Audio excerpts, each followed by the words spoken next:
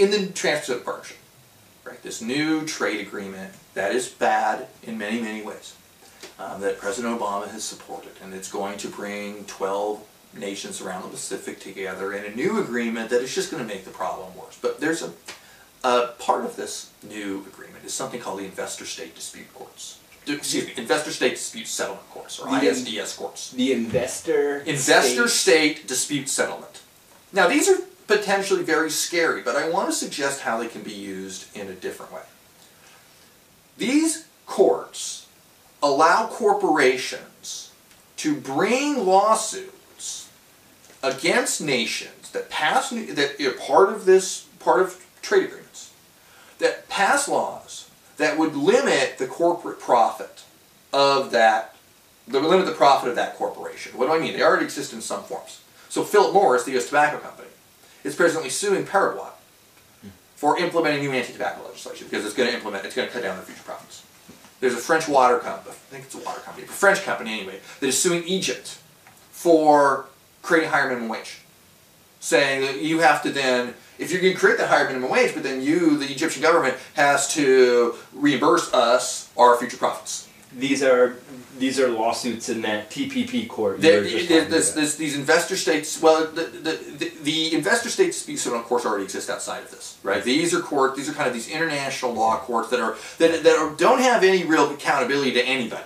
Okay, the TPP is going to allow for a lot more of this, so that if the U.S. passes or probably more like the other way around, but if the U.S. passes an increased minimum wage and some Chinese company says, well, this is affecting our profits, that Chinese company could potentially sue the United States in these courts. Okay, and it's a really bad thing, right? I mean, it really threatens environmental legislation, it threatens workplace legislation, it threatens the ability of Bangladeshi workers or Vietnamese workers or Cambodian workers or other nations that are engaged in these various trade agreements to improve their lives. But what it does do is it establishes an important precedent that their international regulatory bodies can exist that are actually regulating this international trade.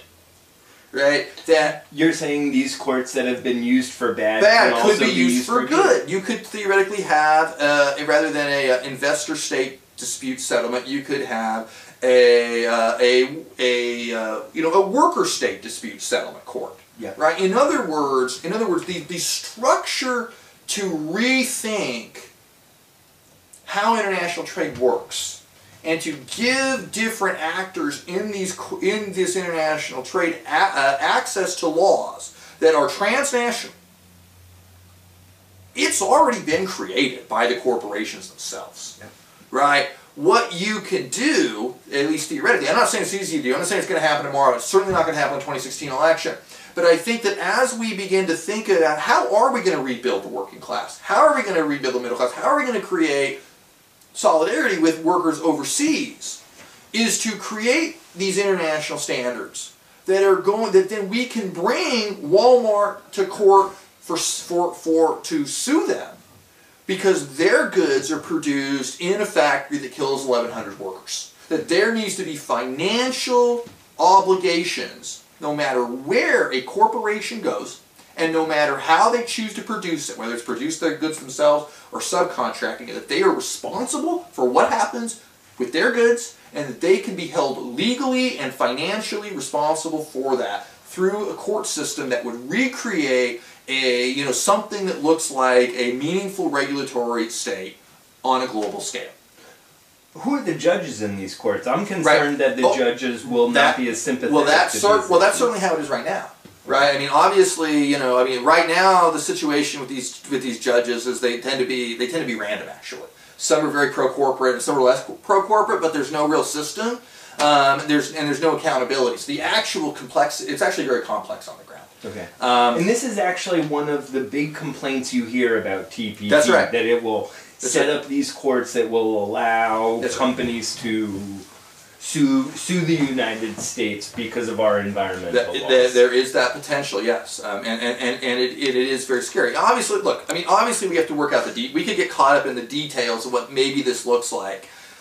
I think that the point to hold on to, though, is that we are in a position that we have not seen in this country in 100 years. 100 years ago, 130 years ago especially, Americans were just slapped in the face by capitalism. That this system of capitalism sprung up almost overnight during the Civil War. And the promises of America, that at least if you were a white male, okay, I mean obviously there's racial issues there, but if you're a white male, the promise of America is you're going to be self-sufficient. You're going to be a small farmer, you're going to be a shopkeeper, you're going to be in control of your own life, including your economic life. You're in control of that. Through corruption, through the rapid expansion of American industry, through a whole boat of changes in the late 19th century, Americans found themselves slapped in the face by this. All of a sudden, what was promised to them by capitalism turned out to all be lies. And at that time, in the 1880s, 1890s, Americans are trying to come up with all sorts of ways to figure out what do we do here. And they look for simplistic solutions, to say the truth. If we just get rid of the Chinese, we'll be fine. If we just get the 8-hour day, we'll be fine. You know, they have these other kind of, you know, people like Edward Bellamy or Henry George and these ideas about, you know, a single tax. If we just tax land, we'll solve the problem. They're very simplistic. And it takes several decades for ideas to become more, for the analysis of what's happened to us as workers to become sophisticated enough to actually battle capitalism. And that sophistication is basically socialism, right? The importation of socialism from Europe is what really provides like a multifaceted understanding of this issue that even if you're not really a socialist, you take some of those ideas and you use it against your employer, okay? And so we're in the same boat today, actually, right? That once again, through globalization, capitalism just slapped us in the face. That all of these promises that we were granted, that our grandparents and our parents had about living a stable life, the rug has been taken away and ripped out from under us just overnight. Yeah. And we don't know what to do anymore, right? Once again, you know, there's no real answers. Nobody is articulating what it is that we do. You know, I mean, people will talk, oh, well, we'll solve the problem of poverty through an increased earned income tax credit. I'm like, that's not going to solve the problem of poverty, right? That's fine. If you want these little policy solutions, that's a good thing, but that doesn't solve the problem. Once again, we're in a position where we just have to start thinking creatively about how are we actually going to tame capitalism again. Because capitalism has escaped that most of that 100 years of regulations that we created to tame them. And now we're back to almost to square one. And so how do we move from there? And so I think that thinking about, you know, so I'll be the first to say that I think that thinking about international labor standards like this is, I think, a relatively practical, actually, compared to other ideas, because it builds on pre-existing regulatory structure and things that have worked in the past. But I'm not claiming it's the only answer, and I'm not claiming it's going to be easy. I'm just hoping that out of sight and the ideas about how to tame this so that companies don't have reason to move because the regulations are going to move with them. And so that people in Bangladesh can create a middle class, that people in the United States can keep a middle class, that it's part of a conversation. But what I really want to encourage at all is that we begin to think a lot more creatively, because corporate tax breaks are not going to work. A bigger earned income tax credit's not going to work. A higher minimum wage is great, but it's not the whole solution. The higher, you know, $15 minimum wage is a wonderful thing, but in a way it's a little bit like the 8-hour day 120 years ago, where it is a piece of a puzzle, but it's not the whole puzzle. It's not going to solve our problem. We have to think really creatively right now, and I just hope to be part of a conversation that's trying to think more complexly about just how is it we're going to tame these corporations once again and create dignity for workers no matter where they live. So I think you've been part of that conversation. Can you tell me some of the adventures that you've been on since publishing this book, where you've spoken about? Yeah, I mean, there's been some positive. I'm sure it's not only RI Future. No, it has, you know, RI Future. I appreciate it. It's been, you know, it's been excerpted in Salon and in these Times, in Dissent and Alternate and other places. If you go to C-SPAN's Book TV, I was on Book TV talking about it at an event in New York, and so you can download that or stream that. That's available.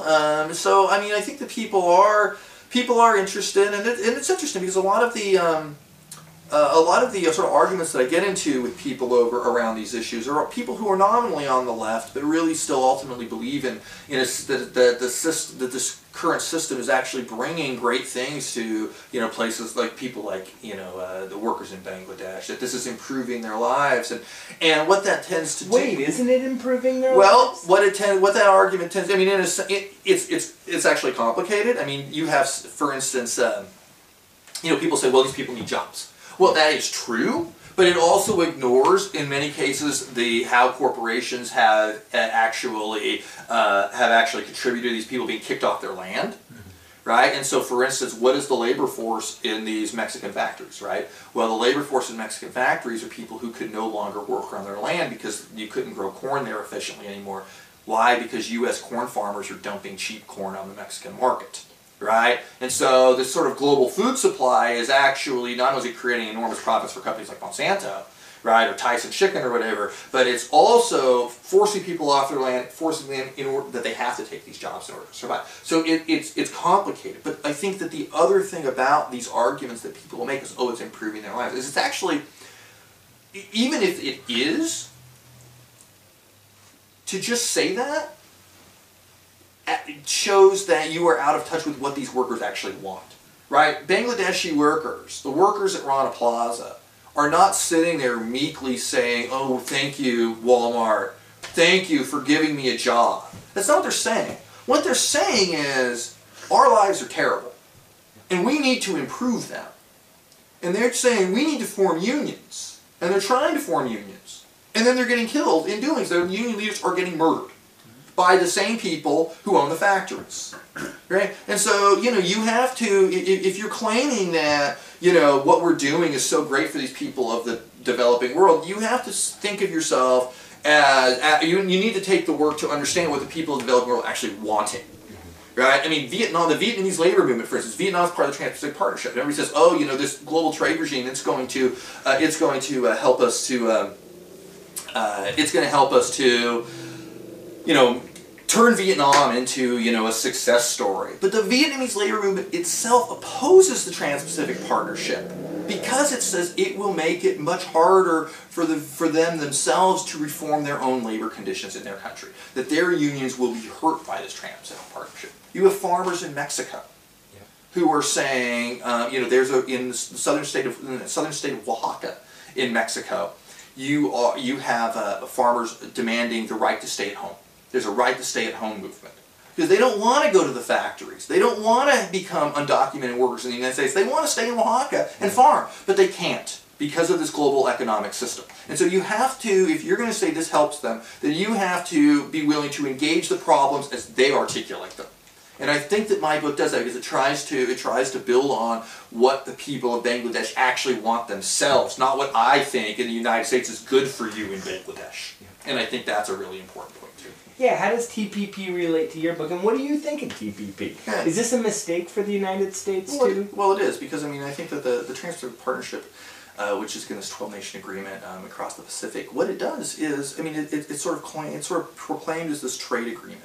But the trade aspects of it are overrated, honestly. I mean, companies can already move wherever they want to move. Right. What it really is a corporate rights agreement. Right? What it really is doing is granting pharmaceutical companies the rights to monopoly over medicine.